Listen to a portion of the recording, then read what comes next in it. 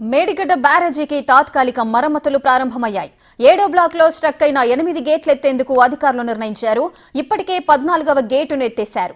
Dam safety అధికారుల ఆదేశాలతో మరమ్మతులకు సన్నద్దమయ్యారు. గేట్ల వద్ద పేరుకున్న ఇసుక బురద తొలగించనున్నారు. వరదలు వచ్చేలోపే మరమ్మతులు పూర్తి చేసేందుకు ప్రయత్నాలు చేస్తున్నట్లుగా సమాచారం.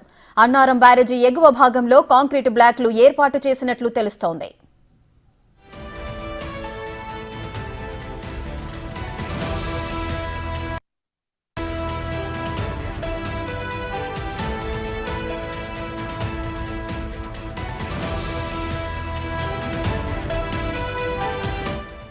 మేడిగడ్డ బ్యారేజీకి తాత్కాలిక మరమ్మతులు ప్రారంభమయ్యాయి. 7వ బ్లాక్లో స్ట్రక్ అయిన 8 గేట్లెత్తేందుకు అధికారులు నిర్ణయించారు. ఇప్పటికే 14వ గేటును ఎత్తేశారు. డ్యాం సేఫ్టీ అధికారుల ఆదేశాలతో మరమ్మతులకు సన్నద్దమయ్యారు. గేట్ల వద్ద పేరుకున్న ఇసుక బురద తొలగించనున్నారు. వరదలు వచ్చేలోపే మరమ్మతులు పూర్తి చేసేందుకు అన్ని ప్రయత్నాలు చేస్తున్నట్లుగా సమాచారం. అన్నారం బ్యారేజీ ఎగువ భాగంలో కాంక్రీట్ బ్లాక్లు ఏర్పాటు చేసినట్లు తెలుస్తోంది.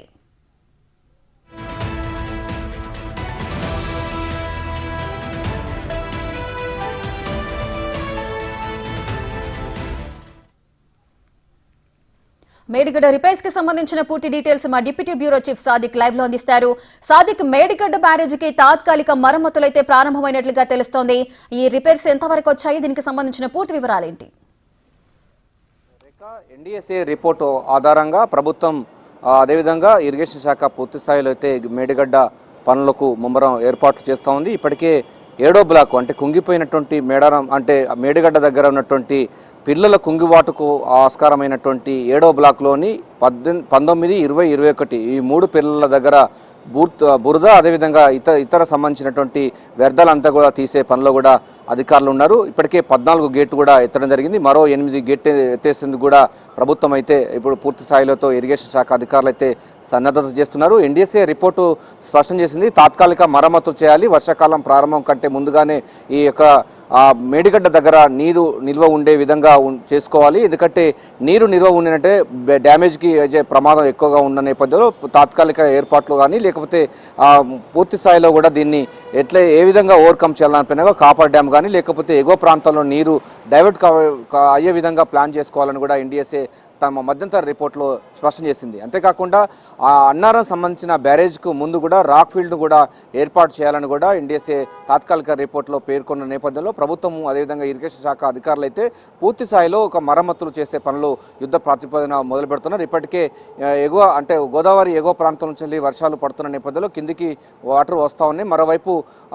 మరోవైపు ఇతర అంటే మహారాష్ట్ర నుంచి కూడా వరద ఉధృతి పెరిగే అవకాశం ఉన్న నేపథ్యంలో వర్షాకాలం కంటే ముందుగానే ఈ యొక్క మేడిగడ్డ బ్యారేజ్ దగ్గర ఉన్నటువంటి ఈ 3 పిల్లర్లకు సంబంధించిన 7వ బ్లాక్లో ఉన్నటువంటి వాటిని కూడా రిపేర్ చేయాలని కూడా ఎన్డీఎస్ఏ రిపోర్ట్ చెప్పింది. ఈ రిపోర్ట్ ఆధారంగా ఇరిగేషన్ శాఖలు అయితే ముమ్మరమైనటువంటి అవి చేస్తున్నారు, రిపేర్లు చేసే పనిలో ఉన్నారు. అయితే ఎన్డీఎస్ఏ రిపోర్ట్ కూడా ఒకటి చెప్పడం జరిగింది, తాత్కాలిక రిపేర్ చేసినా కూడా ఉంటుందన్నటువంటి గ్యారంటీ లేదని కూడా వాళ్ళు కూడా స్పష్టం చేయడం జరిగింది. సో ప్రభుత్వం అయితే సాధ్యమైనంత వరకు కూడా డ్యామేజ్ కాకుండా ఉండే విధంగా అయితే ప్లాన్ చేస్తుంది. అందులో భాగంగానే ప్రస్తుతం ఉన్నటువంటి 7వ బ్లాక్లో ఉన్నటువంటి ఈ 8 పిల్లర్లకు సంబంధించినటువంటి గేట్లు కూడా మొన్నటిదాకా ఎప్పుడైతే పిల్లలు కిందికి కుంగాయో మొత్తం గేట్లన్నీ కూడా స్టక్అప్ అయిన పరిస్థితి ఉంది. వాటన్నిటి కూడా తొలగిస్తున్న పరిస్థితి అయితే కనబడతా ఉంది. సో ఈ సాయంత్రం కల్లా మొత్తం కూడా 8 గేట్లు ఎత్తే అవకాశం అయితే కనబడుతుంది. ఇప్పటికే 14 గేట్లు ఎత్తివేయడం జరిగింది. తద్వారా అక్కడ ఉన్నటువంటి ఇసుక అదేవిధంగా బురద సంబంధించినటువంటి అన్ని అంతా కూడా డ్యామేజ్ అయింది. అక్కడ మొత్తం స్టాగ్నెట్ అయింది. దాన్ని అంతా కూడా తీసే పనులు కూడా ఇరిగేషన్ శాఖ అధికారులు అయితే కసరత్తు ముమ్మరం చేస్తున్నారు. సో ఒక విషయం మొత్తం స్పష్టంగా అర్థమవుతుంది, వర్షాకాలం కంటే ముందుగానే మేడిగడ్డ సంబంధించిన బ్యారేజ్కు సంబంధించిన తాత్కాలిక మరమ్మతులు చేసేందుకు గాను ప్రభుత్వం అయితే పూర్తి స్థాయిలో ఫోకస్ పెట్టింది. మరోవైపు నిన్న కేబినెట్ సమావేశంలో కూడా ఒక కీలకమైన నిర్ణయం తీసుకోవడం జరిగింది. ఇందులో జియో స్టాటిస్టికల్ సంబంధించినటువంటి సర్వే అదేవిధంగా మిగతా కొన్ని నిపుణులైనటువంటి కమిటీతో కూడా ఏర్పాటు చేయాలని కూడా ప్రభుత్వం భావించిన నేపథ్యంలో ఇరిగేషన్ శాఖ మంత్రి ఉత్తమ్ కుమార్ రెడ్డి కూడా వారు ఢిల్లీకి వెళ్లే అవకాశం ఉంది. కేంద్ర జలశక్తి అధికారులతో మాట్లాడిన తర్వాత నిపుణుల కమిటీ వేసే అవకాశం అయితే కనబడుతుంది. అంతకంటే ముందుగానే ఇప్పుడు ఎన్డీఎస్ఏ రిపోర్ట్ ఆధారంగా మాత్రం తాత్కాలిక రిపేర్లు అయితే ప్రభుత్వం చేస్తూ ఉంది. ఇప్పటికే 14వ గేటు కూడా ఎత్తివేయడం జరిగింది. మరో 8 గేట్లు ఎత్తవలసిన అవసరం ఉంది. మొన్నటిదాకా కూడా బాగా అంటే పిల్లలు కుంగిపోవటం ద్వారా అక్కడ పూర్తి స్థాయిలో డ్యామేజ్ అయింది. సో గేట్లు ఎత్తడం అన్నది చాలా కష్టసాధ్యమైన పరిమాణంతో కట్టర్ల ద్వారా దాన్ని తొలగిస్తున్న పరిస్థితి అయితే మనకు కనబడుతుంది. ఆ విషయంగా ఇప్పటికే అధికారులు అయితే పూర్తిగా కసరత్తు చేస్తున్నారు. సో ఏదైనప్పటికీ ఎన్డీఎస్ఏ రిపోర్ట్ ఆధారంగా ప్రభుత్వం అయితే చర్యలు మరింత వేగవంతం చేసింది. ఈ రిపేర్లన్నీ ఎల్ఎన్టీ సంస్థనే చేపడుతోందా? ఈ రిపేర్స్ అన్నీ కూడా ఒకవేళ పూర్తి చేసినట్లయితే అవి ఉపయోగంలోకి వచ్చే అవకాశాలు ఎంత మేరకు ఉన్నాయి?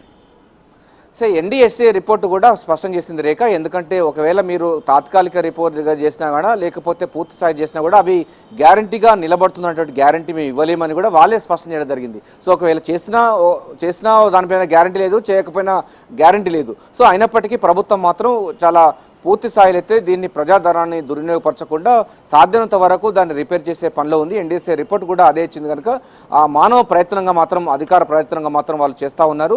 డెఫినెట్ దీన్ని ఎల్ఎన్టీ కంపెనీ వాళ్ళే పూర్తి స్థాయిలో బాధ్యత వహిస్తున్నారు, వాళ్ళే చేస్తూ ఉన్నారు. ప్రభుత్వ సహకారంతో ఎల్ఎన్టీ కంపెనీ కోఆర్డినేషన్తో అయితే ప్రస్తుతం అయితే పనులు ముమ్మరం చేస్తున్నారు. ఇప్పటికే 8 గేట్లు ఎత్తేసింది కూడా. కొన్ని గేట్లు మొత్తం కూడా బాగా లోపలికి కుంగిపోవడంతో అవి తీయడం అన్నది చాలా కష్టసాధ్యమవుతున్న కట్టర్ ద్వారా మిషన్ కట్టర్స్ ద్వారా దాన్ని తీస్తున్నట్టు పరిస్థితి కనబడుతుంది. సో ఎంతవరకు కుంగింది, దాని దగ్గర ఉన్నట్టు ఇసుక మేట అదేవిధంగా బురద అంతా కూడా అక్కడ జామ్ అయిన పరిస్థితి ఉంది. దాన్ని పూర్తి స్థాయిలో తొలగించిన తర్వాత ఎంత లోతు వరకు కూడా అది లోపలికి సింక్ అయిందన్న విషయాలపైన అధికారులు అయితే ఒక లెక్కకు వచ్చే అవకాశం ఉంది. అప్పటి వరకు కూడా ఈ యొక్క అంటే ముందు కూడా ఇప్పుడు ఎగువ ప్రాంతాల్లో ప్రాణహిత నుంచి కూడా నీరు ఎక్కువగా గోదావరిలోకి వస్తున్న పరిస్థితి కనబడుతుంది. అదేవిధంగా మహారాష్ట్ర ఎగువ ప్రాంతాలు కూడా వర్షాలు పడుతున్న నేపథ్యంలో గోదావరి వరద ప్రభావం కూడా పెరిగే అవకాశం ఉంది. వర్షాకాలం కంటే ముందుగానే ఒక కాపర్ డ్యామ్ నిర్మించాలి. అదేవిధంగా అన్నారం బ్యారేజ్ కూడా రాక్ ఫీల్డ్ను నిర్మించే లక్ష్యంగా కూడా ప్రభుత్వం అయితే ఇరిగేషన్ శాఖలు అయితే వాళ్ళే ప్రయత్నం అయితే ముమ్మరం చేస్తున్నారు. ప్రస్తుతం అయితే పనులు మాత్రం చాలా శరవేగంగా యుద్ధ ప్రాతిపదికన కొనసాగుతున్నాయి. సో ఎన్డీఎస్ఏ రిపోర్టు ఆధారంగా వాళ్ళు ఏ విధమైనటువంటి సూచనలు ఇచ్చారో ఆ విధమైనటువంటి సూచనలకు అనుగుణంగా ఇరిగేషన్ శాఖలు అయితే కసరత్తు ముమ్మరం చేశారు. ఒకటి మాత్రం నిజంగా చెప్పవచ్చు, ఒక నిపుణుల కమిటీ వేసేందుకు కూడా అంటే ఎన్డీఎస్ఏ ఇచ్చినటువంటి రిపోర్టుకు ఆధారంగా మళ్ళీ సంబంధించిన ఎక్స్పర్ట్ కమిటీ వేయబోతున్నారు. దాంట్లో జియో సంబంధించినటువంటి స్టాటిస్టికల్ సంబంధించినటువంటి అంటే జియోలజికల్ సంబంధించినటువంటి సర్వే చేయాల్సిన అవసరం ఉంది. పూణేలో ఒకటి ఉంది, హైదరాబాద్లో మరొకటి ఉంది. ఇట్లాంటి కొంత డ్యామ్ సంబంధించినటువంటి ఎక్స్పర్ట్స్ ఉన్నారు. వాళ్ళందరితో ఒక కమిటీ వేసేందుకు కూడా ప్రభుత్వం అయితే నిర్ణయించినట్టుగా మనకు నిన్న కేబినెట్ సమావేశంలో నిర్ణయించడం జరిగింది. వారందరూ కూడా దానిపైన కూడా రెక్టిఫై చేయాలంటే ఒక కమిటీ ఏర్పాటు చేసుకున్న తర్వాతనే మళ్ళీ అంటే ముందుకు వెళ్ళే అవకాశం ఉన్న నేపథ్యంలో ఉత్తమ్ కుమార్ రెడ్డి 2-3 రోజుల్లో ఢిల్లీకి వెళ్లే అవకాశం ఉంది. కేంద్ర జలశక్తి సంబంధించిన అధికారులతో సమావేశం అయ్యే అవకాశం ఉంది. ఆ తర్వాత ఎక్స్పర్ట్ కమిటీ వేయబోతున్నారు. తర్వాత డ్యామ్ ఇంకా ఏ విధంగా చేస్తే బాగుంటుంది దానిపైన కూడా కసరత్తు ముమ్మరం చేస్తున్నారు. ప్రస్తుతం అయితే మనకైతే అక్కడ మేడిగడ్డ దగ్గర పనులు ముమ్మరంగా కొనసాగుతున్నాయి. ఎన్డీఎస్ఏ రిపోర్టు ఆధారంగా అక్కడ తాత్కాలిక మరమ్మతులు చేస్తున్నారు. ఇప్పటి వరకు 14వ గేటు ఎత్తివేసినటువంటి అధికారులు మరో 8 గేట్లు అంటే 7వ బ్లాక్లో ఉన్న 8 గేట్లు ఎత్తేసింది కూడా రంగం సిద్ధం చేశారు. అక్కడ మట్టి ఇసుక మేటలు కూడా తొలగించే ప్రయత్నం మాత్రం చేస్తూ ఉన్నారు. రేఖ సాదిక్ అయితే 14వ గేట్ ఎత్తడానికే చాలా కష్టపడ్డారు అధికారులంతా కూడా. మరి ఇంకా 8 గేట్లు ఎత్తాలి అంటే ఒక్కో గేట్ ఎత్తడానికి సుమారుగా 4 నుంచి 5 గంటల సమయం కూడా తీసుకునే అవకాశాలు ఉంటాయి. సో ఈ నేపథ్యంలో ఈ రోజు 8 గేట్లు ఎత్తే అవకాశాలు ఏమైనా ఉన్నాయా? ఛాన్సెస్ ఉన్నాయా?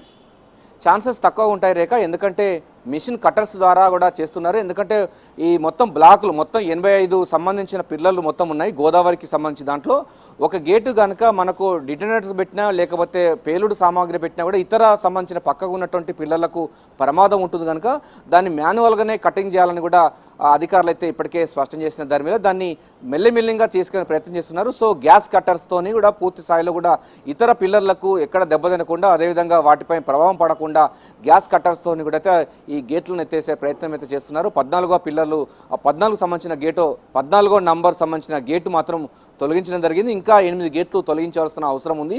ఇది 7వ బ్లాక్ పూర్తి స్థాయిలో కూడా కుంగిపోయిన పరిస్థితి ఉన్న నేపథ్యంలో అవన్నీ తీస్తే తప్ప దాన్ని అక్కడ పనులు ముమ్మరం చేయలేని పరిస్థితి ఉంది. ఇప్పటికే అక్కడ ఇసుక మేట అదేవిధంగా మట్టి రేగడి మట్టి అంతా కూడా బాగా అక్కడికి స్టోర్ అయ్యి ఉన్నది కనుక దాని అంతా తీసివేసే క్రమం చేస్తూ ఉన్నారు.